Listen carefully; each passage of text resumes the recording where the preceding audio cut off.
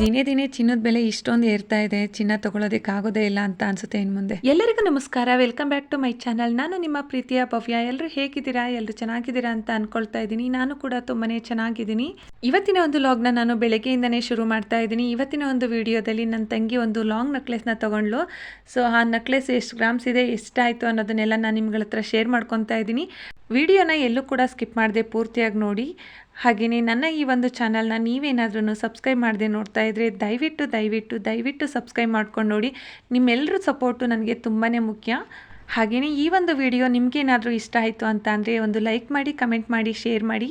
ಮತ್ತೊಮ್ಮೆ ಹೇಳ್ತಾ ಇದ್ದೀನಿ, ವಿಡಿಯೋನ ಎಲ್ಲೂ ಕೂಡ ಸ್ಕಿಪ್ ಮಾಡದೆ ಪೂರ್ತಿಯಾಗಿ ನೋಡಿ ಫ್ರೆಂಡ್ಸ್. ಬನ್ನಿ ಹಾಗಾದರೆ ಇವತ್ತಿನ ಒಂದು ವಿಡಿಯೋನ ಶುರು ಮಾಡೋಣ. ಪ್ರತಿದಿನದ ಹಾಗೆ ಇವತ್ತು ಬೆಳಗ್ಗೆ ಬೇಗ ಎದ್ದೇಳೋದಕ್ಕೆ ಆಗಲಿಲ್ಲ. ಸ್ವಲ್ಪ ಲೇಟಾಗಿ ಎದ್ದಿದ್ದೀನಿ, ಅಂದರೆ ಒಂದು 7:15ಗೆ ಎದ್ದಿದ್ದೀನಿ. ಬೆಳಗ್ಗೆ ಎದ್ದಿರೋದು ಲೇಟಾಗಿರೋದ್ರಿಂದ ಬೇಗ ಆಗೋವಂಥ ತಿಂಡಿನ ಮಾಡ್ತಾಯಿದ್ದೀನಿ, ಅಂದರೆ ಅವಲಕ್ಕಿ ಚಿತ್ರಾನ್ನ ಮಾಡ್ತಾಯಿದ್ದೀನಿ. ತಿಂಡಿ ಮಾಡೋಕ್ಕೂ ಮುಂಚೆ ಬಾಗಿಲಿಗೆ ನೀರು ಹಾಕಿ, ರಂಗೋಲಿ ಹಾಕಿ, ಆಮೇಲೆ ಸ್ವಲ್ಪ ಬಿಸಿ ಬಿಸಿ ಟೀ ಮಾಡ್ಕೊಂಡು ಕುಡಿದು ಆಮೇಲೆ ತಿಂಡಿನ ಮಾಡ್ಕೊಳ್ತಾ ಇದ್ದೀನಿ. ಅವಲಕ್ಕಿ ಚಿತ್ರಾನ್ನ ಮಾಡೋದಕ್ಕೆ ಟೈಮ್ ಏನಾಗೋದಿಲ್ಲ, ಬೇಗನೆ ಮಾಡ್ಕೊಂಬಿಡ್ಬೋದು. ಹಾಗಾಗಿ ಲೇಟಾಗಿ ಎದ್ದಿರೋದ್ರಿಂದ ಅವಲಕ್ಕಿ ಚಿತ್ರಾನ್ನ ಮಾಡ್ತಾಯಿದ್ದೀನಿ.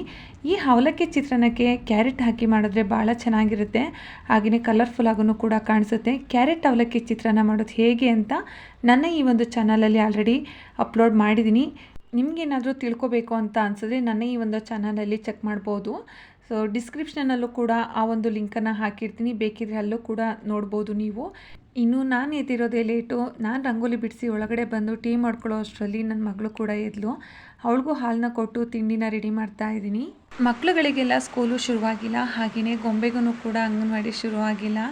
ಇವಾಗೆಲ್ಲ ಸ್ಕೂಲ್ಗೆ ಹೋಗೋ ಮಕ್ಳುಗಳನ್ನ ಕಂಟ್ರೋಲ್ ಮಾಡ್ಬೋದು. ಅವ್ರಿಗೆ ಅದು ಮಾಡಬೇಡ ಇದು ಮಾಡಬೇಡ ಅಂತ ಅಂದರೆ ಮಾಡೋದಿಲ್ಲ, ಹೇಳಿದ ಮಾತನ್ನ ಕೇಳ್ತಾರೆ.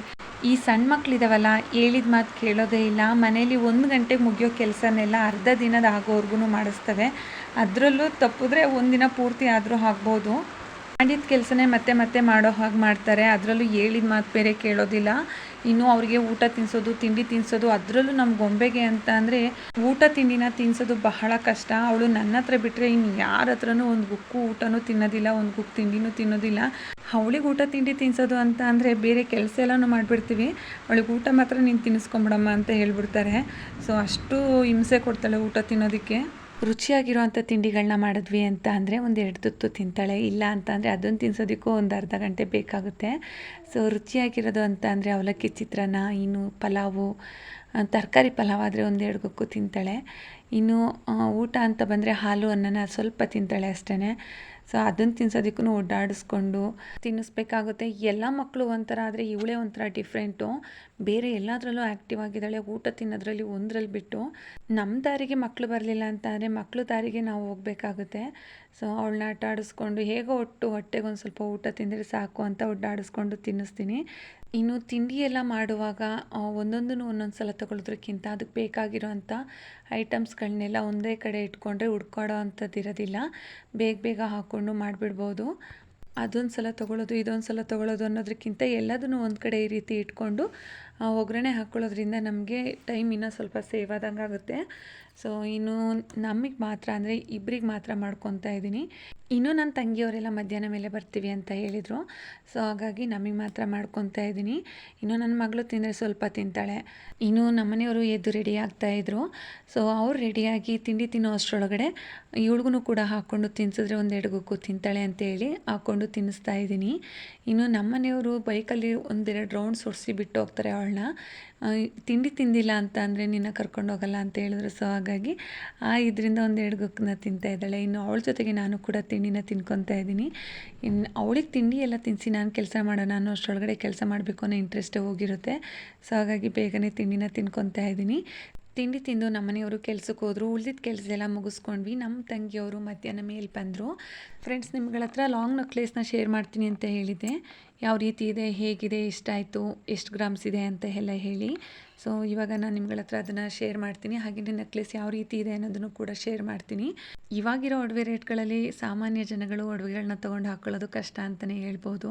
ನನ್ನ ಹತ್ರ ಒಂದು ಶಾರ್ಟ್ ನೆಕ್ಲೆಸ್ ಇದೆ. ಸೊ ಅದರದ್ದು ಸ್ವಲ್ಪ ರಿಲೇಟೆಡ್ ಆಗಿರೋಂಥ ಡಿಸೈನ್ನ ತೊಗೊಂಡಿದ್ದಾಳೆ. ಹರಳೆಲ್ಲ ಇರೋದು ಬೇಡ ಅಂತ ಹೇಳ್ಬಿಟ್ಟು ಮಾಮೂಲಿಯಾಗಿರೋ ಅಂಥದ್ದನ್ನೇ ತೊಗೊಂಡಿದ್ದಾಳೆ. ಹರಳಿರೋದು ಬೇಡ ಅಂತ ಹೇಳ್ಬಿಟ್ಟು ಪ್ಲೈನ್ ಆಗಿರೋ ಅಂಥದ್ದನ್ನೇ ತೊಗೊಂಡಿದ್ದಾಳೆ. ಅಂದರೆ ಡಿಸೈನ್ ಎಲ್ಲ ಇದೆ, ಅಂದರೆ ಹರಳು ಮಾತ್ರ ಇಲ್ಲ. ಹರಳಿರೋದು ಬೇಡ ಅಂತಲೇ ನೋಡಿ ತೊಗೊಂಡಿರೋ ಅಂಥದ್ದು ಈ ನೆಕ್ಲೆಸ್ನ. ಒಂದ್ಸಲ ಈ ಡಿಸೈನ್ ಹೇಗಿದೆ ಅಂತ ನೋಡ್ಕೊಂಬನ್ನಿ.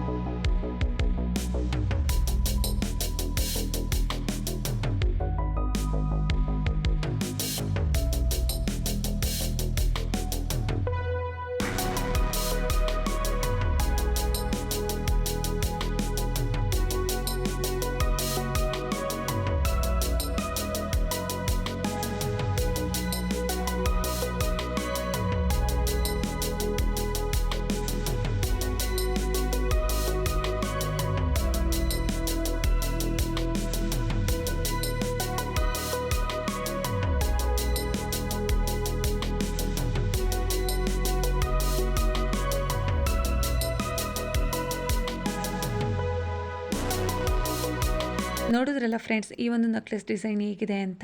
ತುಂಬಾ ಚೆನ್ನಾಗಿದೆ, ನನಗಂತೂ ಇಷ್ಟ ಆಯಿತು. ಹೇಗಿದೆ ಅಂತ ಕಮೆಂಟ್ ಸೆಕ್ಷನಲ್ಲಿ ಕಮೆಂಟ್ನ ಮಾಡಿ. ಈ ನೆಕ್ಲೆಸ್ ಬಂದು 50 ಗ್ರಾಮ್ ಇದೆ. ನೀವಿಲ್ಲಿ ನೋಡ್ತಾ ಇರ್ಬೋದು ಯಾವ ರೀತಿ ಇದೆ ಅಂತ ಹೇಳಿ. ಇನ್ನು ನಾನು ನಿಮಗಿಲ್ಲಿ ತೋರಿಸ್ತಿರೋ ಅಂಥದ್ದು, ಇಲ್ಲಿ ಹಾಲ್ಮಾರ್ಕ್ ಇರೋ ಅಂಥದ್ದನ್ನು ನಾನು ತೋರಿಸ್ತಾ ಇದ್ದೀನಿ. ಅದು ಫ್ಲ್ಯಾಶ್ ಲೈಟಿಗೆ ಅದು ಕಾಣಿಸ್ತಾ ಇಲ್ಲ, ಅಲ್ಲಿ ನಾನು ಬೆರಳಿಡ್ತಾ ಇದ್ದೀನಲ್ಲ ಅಲ್ಲಿದೆ. ಹಾಗೆಯೇ ಗೌರ್ಮೆಂಟ್ ಸೀಲ್ ಕೂಡ ಇದೆ, ನೀವು ಇಲ್ಲಿ ನೋಡ್ತಾ ಇರ್ಬೋದು. ನಾವು ಒಂದ್ಸಲ ಒಡವೆನ ತೊಗೊಂಡ್ರೆ ಮತ್ತೆ ಅದನ್ನು ಚೇಂಜ್ ಮಾಡೋದಕ್ಕಾಗೋದಿಲ್ಲ ಇವತ್ತಿನ ರೇಟಲ್ಲಿ. ಸೊ ಹಾಗಾಗಿ ಬಾಳಿಕೆ ಬರೋ ಅಂಥದ್ದನ್ನೇ ತೊಗೋಬೇಕಾಗುತ್ತೆ. ನನ್ನ ಹತ್ರ ಒಂದು ಶಾರ್ಟ್ ನೆಕ್ಲೆಸ್ ಇದೆ, ಆ ನೆಕ್ಲೆಸ್ಸು ಡಿಸೈನು ಸ್ವಲ್ಪ ಇದೇ ಥರನೇ ಇರೋವಂಥದ್ದು. ಇನ್ನು ನೀವು ಇಲ್ಲಿ ನೋಡ್ತಾ ಇರ್ಬೋದು ಲಕ್ಷ್ಮಿದು ಪೆಂಡೆಂಟ್ ಇದೆ. ಸೊ ನೀವಿನ್ನು ಡಿಸೈನ್ ನೋಡ್ತಾ ಇರ್ಬೋದು ಯಾವ ರೀತಿ ಇದೆ ಅಂತ.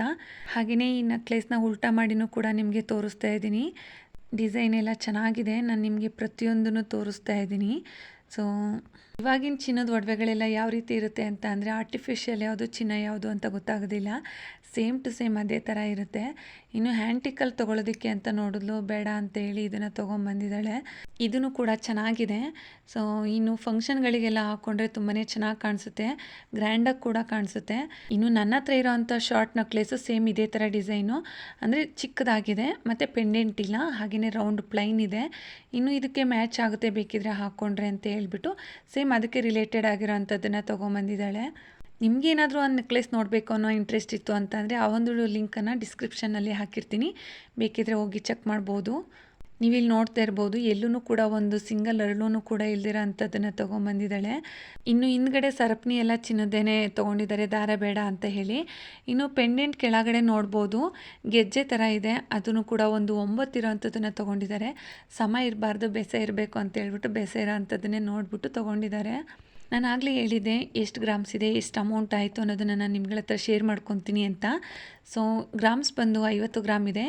ಇದಕ್ಕೆ ಎಷ್ಟಾಯಿತು ಅಂತ ಹೇಳ್ತೀನಿ. ಇವಾಗ 5,90,000 ರೂಪಾಯಿ ಆಗಿದೆ.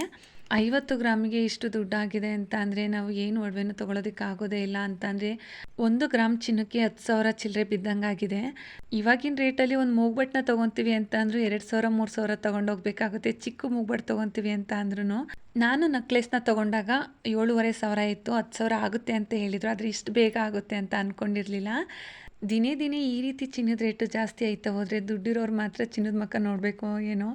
ನಮ್ಮಂಥವರೆಲ್ಲ ಒಡವೆ ಹಾಕೋಬೇಕು ಅಂತ ಅಂದರೆ ಭಾಳ ಕಷ್ಟ ಅಂತ ಬರುತ್ತೆ. ಓಕೆ ಫ್ರೆಂಡ್ಸ್, ನೋಡಿದ್ರಲ್ಲ ಈ ಒಂದು ಲಾಂಗ್ ನೆಕ್ಲೆಸ್ ಡಿಸೈನ್ ಹೇಗಿದೆ ಅಂತ. ಈ ಒಂದು ನೆಕ್ಲೆಸ್ ಡಿಸೈನ್ ನಿಮಗೆಲ್ಲ ಇಷ್ಟ ಆಗುತ್ತೆ ಅಂತ ಭಾವಿಸ್ತಾ ಇದ್ದೀನಿ. ಫ್ರೆಂಡ್ಸ್, ನನ್ನ ಈ ಒಂದು ಚಾನಲ್ಗೆ ನೀವೇನಾದರೂ ಸಬ್ಸ್ಕ್ರೈಬ್ ಮಾಡದೆ ನೋಡ್ತಾ ಇದ್ದರೆ ದಯವಿಟ್ಟು ಸಬ್ಸ್ಕ್ರೈಬ್ ಮಾಡ್ಕೊಂಡು ನೋಡಿ. ಹಾಗೆಯೇ ಇಷ್ಟ ಆದರೆ ಒಂದು ಲೈಕ್ ಮಾಡಿ, ಕಮೆಂಟ್ ಮಾಡಿ, ಶೇರ್ ಮಾಡಿ. ಧನ್ಯವಾದಗಳು.